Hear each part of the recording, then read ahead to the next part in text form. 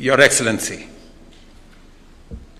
Yoweri Museveni, President of the Republic of Uganda, distinguished guests, ladies and gentlemen, I am honored to welcome His Excellency President Yoweri Museveni and his delegation to Kenya for this official visit.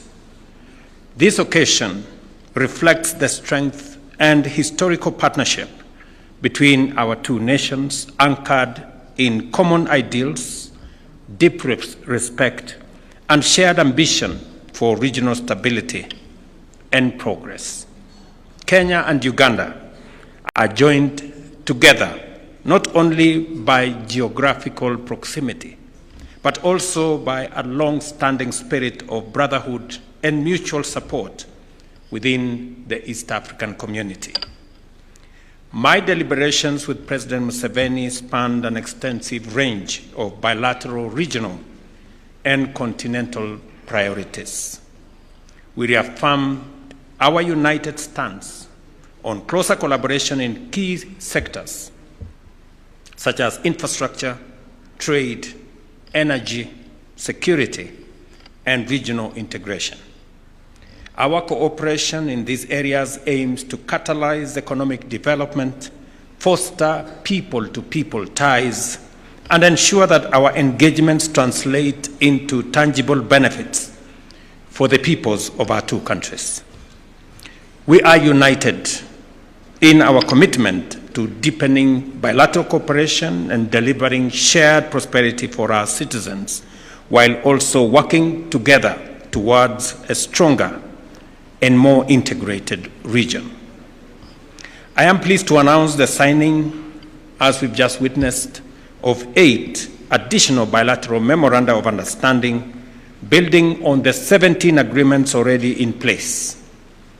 These new MOUs will foster and further strengthen our legal and institutional cooperation across strategic sectors that include, as we have witnessed, the MOU on mining, a joint promotion exercise that will be responsible for mineral exploitation, institutional capacity building, and address cross-border smuggling of minerals. The MOU on transport and logistics is aimed at modernizing transport systems and enhancing mobility for people and goods between our two countries. It now gives us an opportunity, as I have briefed President Museveni, on the transport corridor between Kenya and Uganda and the greater East African region into DRC and CAR. I have informed His Excellency the President of our commitment and conclusion on negotiations between partners and the Republic of Kenya on the extension of the railway from Naivasha to Kisumu and finally to Malaba to join the railway that will now go into Uganda and into the DRC. And that we intend, with all programs being in place, to begin that program before the end of this year. I have also briefed His Excellency the President of the commencement of the extension of the dualling of the road from Nairobi to Nakuru to Mau Summit and eventually to Malaba, again to ease transport and logistics between our two countries and also into the East African region. The MOU we have just signed provides a robust framework for that engagement to happen. The MOU on standards and quality assurance is to strengthen the collaboration between our two bureaus of standards, again to enhance trade and to eliminate illicit, substandard, and contraband goods finding their way into our markets. The MOU on agriculture and animal husbandry will expand our cooperation in both veterinary and crop health, innovation, and of course to foster food security in our region. The MOU on fisheries and aquaculture will focus on the management and the joint capacity building of the resources that we have in the space in our waters, both in Kenya and Uganda, and to see how we can leverage the opportunities that are in the blue economy, not just to expand our economies, but also to build on our food security requirements. The MOU on the support of sustainable urban development of the Greater Busia Metro Project, which will be undertaken between this year and 2028, will seek to facilitate the implementation of joint programs on infrastructure and other development projects in Busia. I'm happy that the governor of Busia County from Kenya is in our midst, and he has come to make sure that we don't forget that this is an important project, because the Metro of Busia is a shared city, both between Kenya and Uganda. We have Busia on the Kenyan side, and we also have Busia on the Ugandan side, and we have communities that speak the same language on both sides.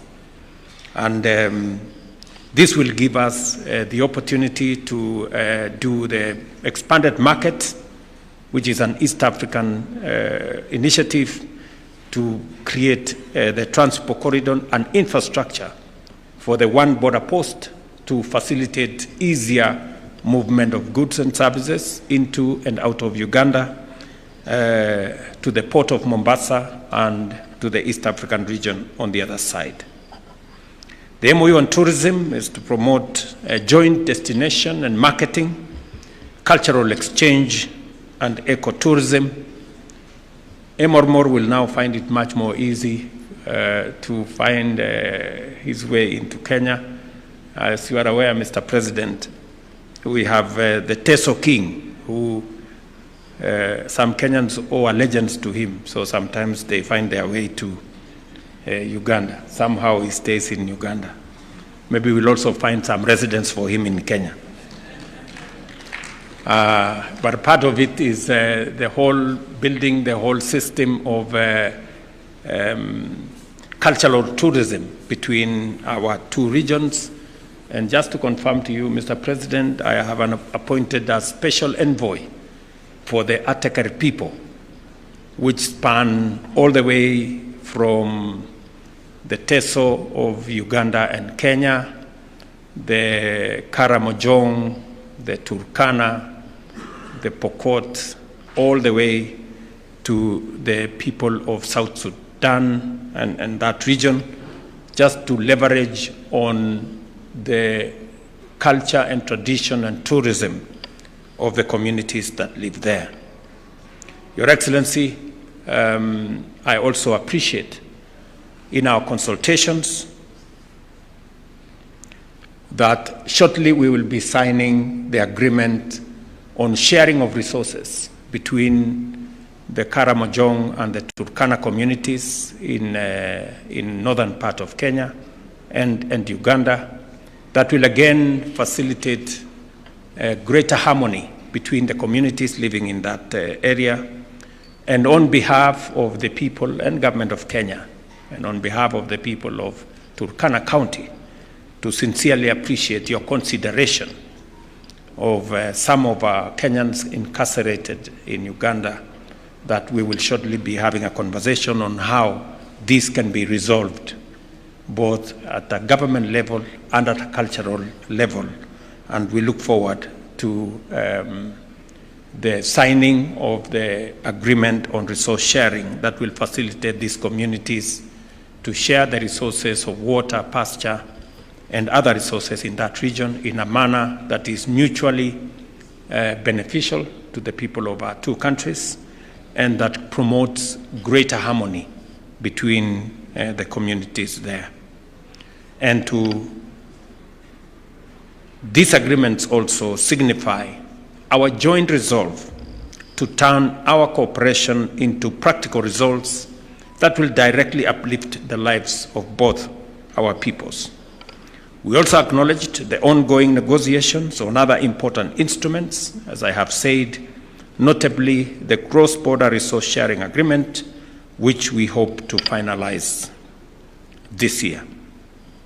We reiterated the value of the Joint Ministerial Commission as a crucial vehicle for driving our bilateral agenda forward, following the successful second Joint Ministerial meeting session held in Kampala in May 2024, and our technical teams who have continued working closely to actualize the outcomes that we agreed upon.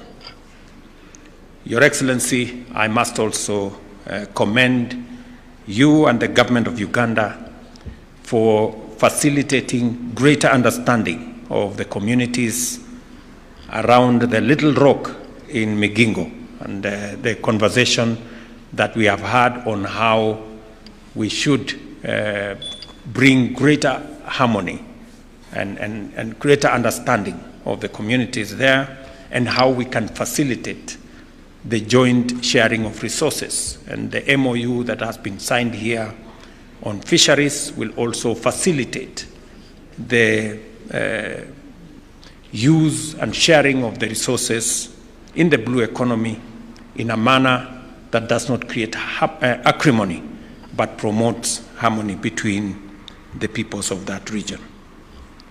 Kenya is scheduled to host the midterm review of the second joint ministerial conference from the 11th to the 13th of August here in Nairobi this year.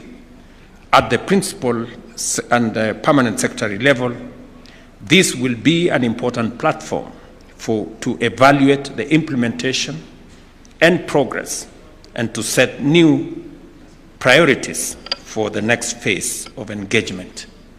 On trade, we reiterated concerns over persistent non-tariff barriers that hinder the flow of goods and frustrate the objectives of our region and the integration exercise that is underway in the East African Community Framework.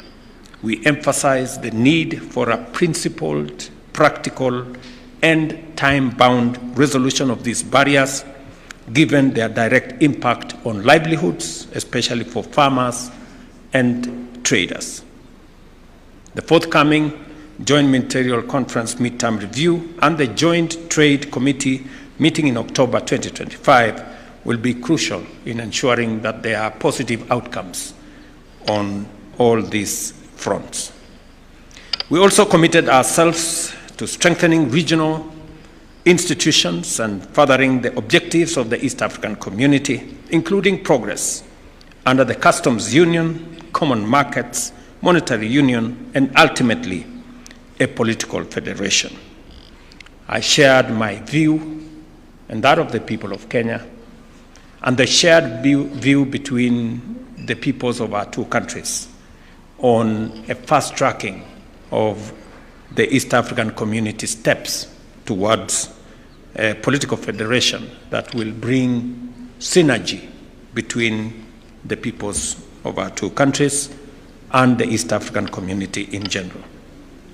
The East African Community continues to demonstrate its potential as a good model of effective regional integration. We emphasize the centrality of unity, economic convergence, and shared prosperity as guiding principles for deeper integration. President Museveni and I also held constructive discussions on regional peace and stability, and we reaffirmed our position that security is essential to sustainable development and commended ongoing regional peace-building initiatives. We further agreed to collaborate closely in conflict resolution efforts, advocating inclusive approaches supported by both regional and international frameworks. In conclusion, I sincerely thank our elder, His Excellency President Museveni, for honoring Kenya with his presence and for his strong and enduring leadership in East Africa, and Kenya remains a dedicated partner and a true friend of the people, government, and Republic of Uganda. I thank you. Let me allow Mzee now to make his remarks. Karibu Mzee. His Excellency President Ruto and the honorable ministers, you have covered the whole spectrum of what we discussed. But what I want to